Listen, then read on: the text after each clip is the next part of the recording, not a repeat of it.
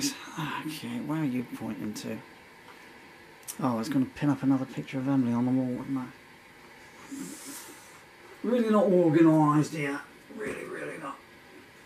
Anyway, if you don't mind me doing my Chattanooga choo-choos while I work away here, so I want to say a big thank you. Actually, I look at the camera. So, big thank you to, I won't give you full name away because you know what the internet's like too. Mr. I don't know, Davaj. I have no idea how it's pronounced. Forgive me if I've mispronounced it. Any disrespect by doing so. For the very kind, generous donation to my children yesterday. You'll know when that is. I mean, £75 is amazing, and I'm genuinely grateful to you. Whether I'm going to get back to my more cheerful stuff, I'm really sorry. I don't think I'm gonna. Because it's a Friday evening, and Friday evening it's just not that good because I get to spend 30 minutes on the telephone with my children. So, but anyway, I did tell, I didn't get to see my daughter tonight, but I did tell Emily, sorry, I did get to see Emily tonight, but I did tell Dylan, and I passed on my thanks to you from him as well. Right, what am I looking for here? Plectrums. Other stuff. Yeah. Guitar cable. So I don't know what I'm going to do here. I thought, actually, I could do As You Sow, So Show You Reap, since it's two of the lyric sheets are set up.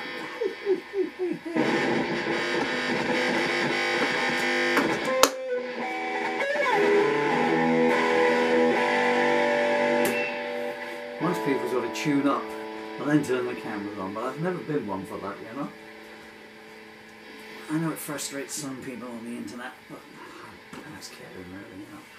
It's just how I did it, you know. We had no means of tuning back in the early 80s, we were all homeless. There was like one guy, about 10 miles, who could tune guitar by ear. Hi Steve, still alive? And so every Thursday before we played the folk night at the Victoria Inn in Jarrow, I wonder if they're still there. We used to shoot round his flat with our guitars. Tune this up for us, tune this up for us, tune this up for us. That's just where I got in the habit of using open tunings from, really it is. I mean, it's not a Neil Young kind of thing, it's because I had no other way of doing it in those days, so if I could just get the 6 string, if they were up, low, whatever, you know, and then I would modulate my voice to it, and then over the years, you know, you'd be hunting for those tunings again on those songs, and that's why I use weird tunings to this very day. I don't do it on the studio recordings, and likewise when I play guitar, I use the guitar as a means of expression. You know, the chords are an emphasis and an expression, not a technical kind of thing. But if you listen to my studio recordings, you know, I sort of keep the tempo mostly on that. I was listening to The Invisible Man the other day, and I remember playing the drum, putting the drums down on that. Because most people put the drums down first, you know, you do the rhythm track first, but I never did. I always did a live vocal and guitar, 95% of the time, first. And then I would underdub the drums, the bass and the organ or whatever. But I was listening to that and I was thinking, man, that's me playing the drums there, you know. Couldn't do it now.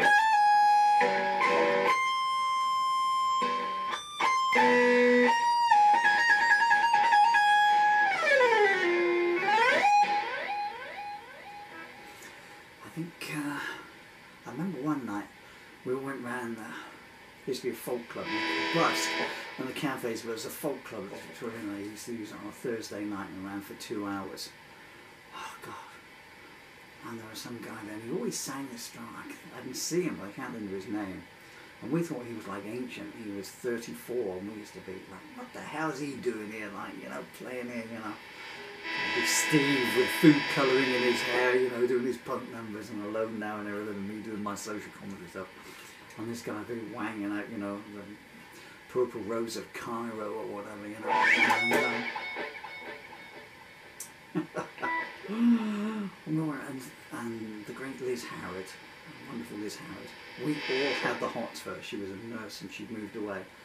I used to go to school. Now let me see. I went to school with her son, and they were both the children of the headmaster of my school. I think.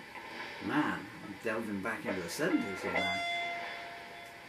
And but she was a raving beauty, and if she's still alive, she probably still is as well. And she would just walk in and we were like Pavlov's dogs, terrible, absolutely terrible, like, you know. I mean, we liked her as well, but, you know, she was not dead gorgeous. You know? And Steve really liked her, and he wrote so many songs for her, so many love songs, and he was a bit unrequited, unfortunately. In fact, I remember writing a song about Steve's unrequited love song for Liz. I must dig that out somewhere. It's in a little blue notebook somewhere.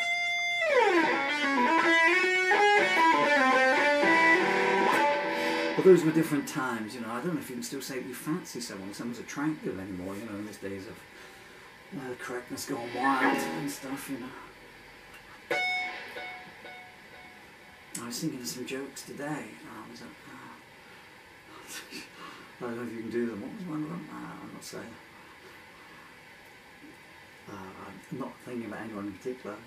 She had to beat women on with a stick. God bless them. What was the other one? Yeah, girls, you give your heart to a man as a present, but all he wants to do is play with a box. As ye sow, so shall ye reap, in the key of E.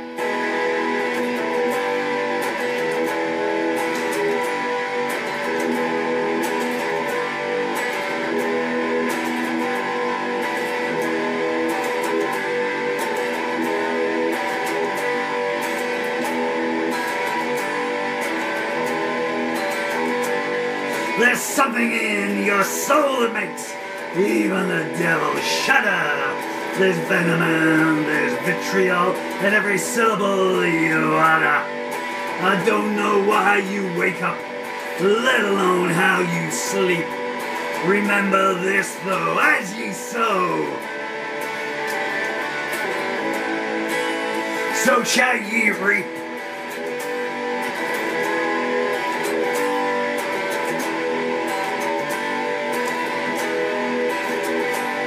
You revel in putrescence and slake your thirst in innocence tears. Your unholy essence has shadow-drenched their years. But I will pull them free from you, and safe I shall them keep. And know that as ye sow,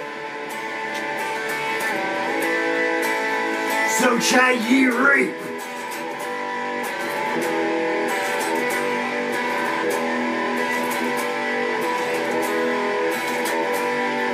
What puce pleasure do you get, inflicting pain on all you view? Salome herself would balk at all the twisted things you do. You gloat with arcane eyes as you make the children weep. But always know that as ye sow, so shall ye reap.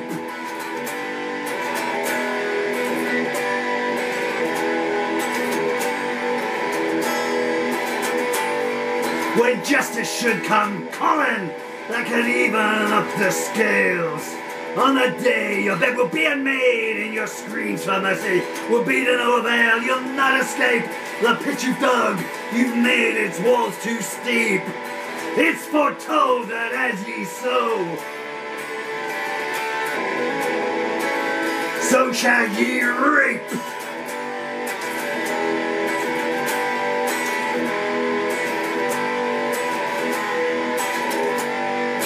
Every insult that you hurl, you gloat below to see them hit. Your skull and crossbow flag unfurled, your hatred hand blows, they just won't quit. You think they will forgive you? That you won't know defeat? Naive fool, as ye sow, so shall ye reap.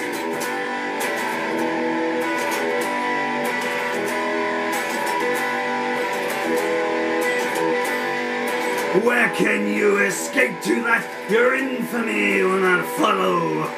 When you land upon the stand, your excuses none will swallow. Where you start is where you'll end, the circle shall be complete. Hades hound as ye sow, so shall ye reap.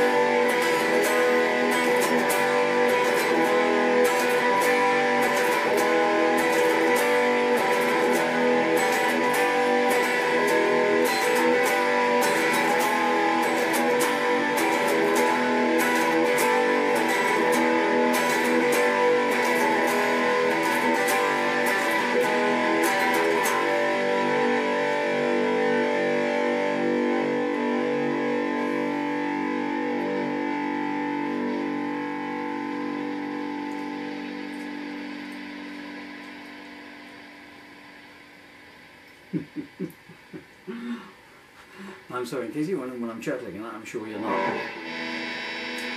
But my nail split 2 bars in, can you see that?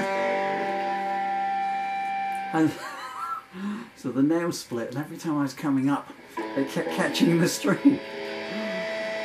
I'm sure you don't care.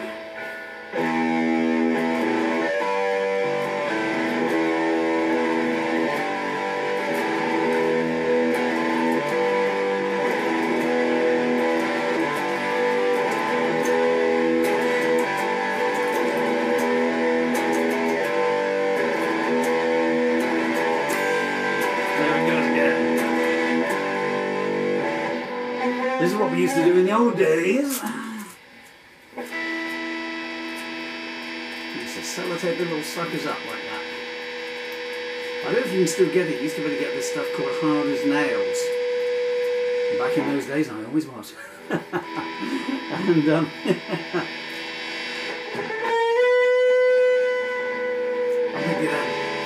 sticking all that on.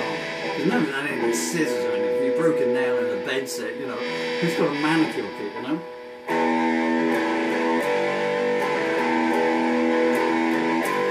Shall I do a take 2?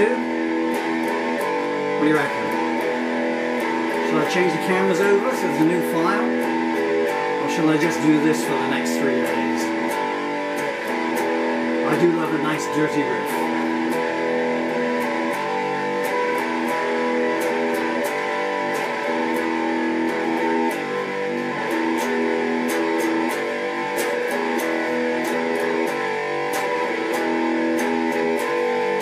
Boogie do.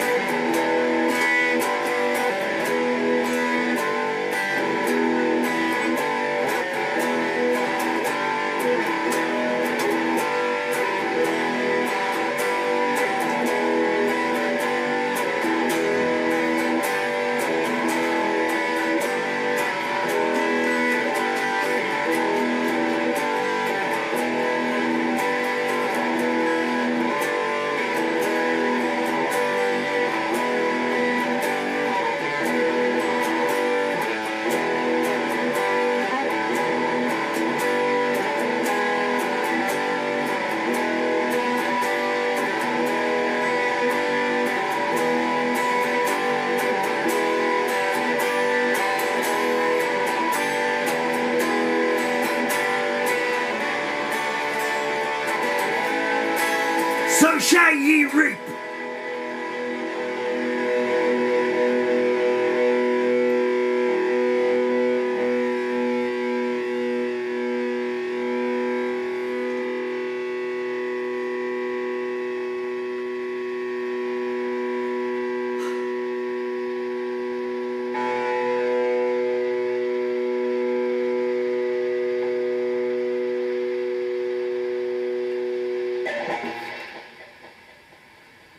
I didn't really want to turn the cameras off for the guitar thing. It's so difficult for me to stand and put guitar on these days once I've got it on, you know. Every time I take it off, it's getting close to the last time I loved it. Anyway, peace and love to those who deserve it and kindness.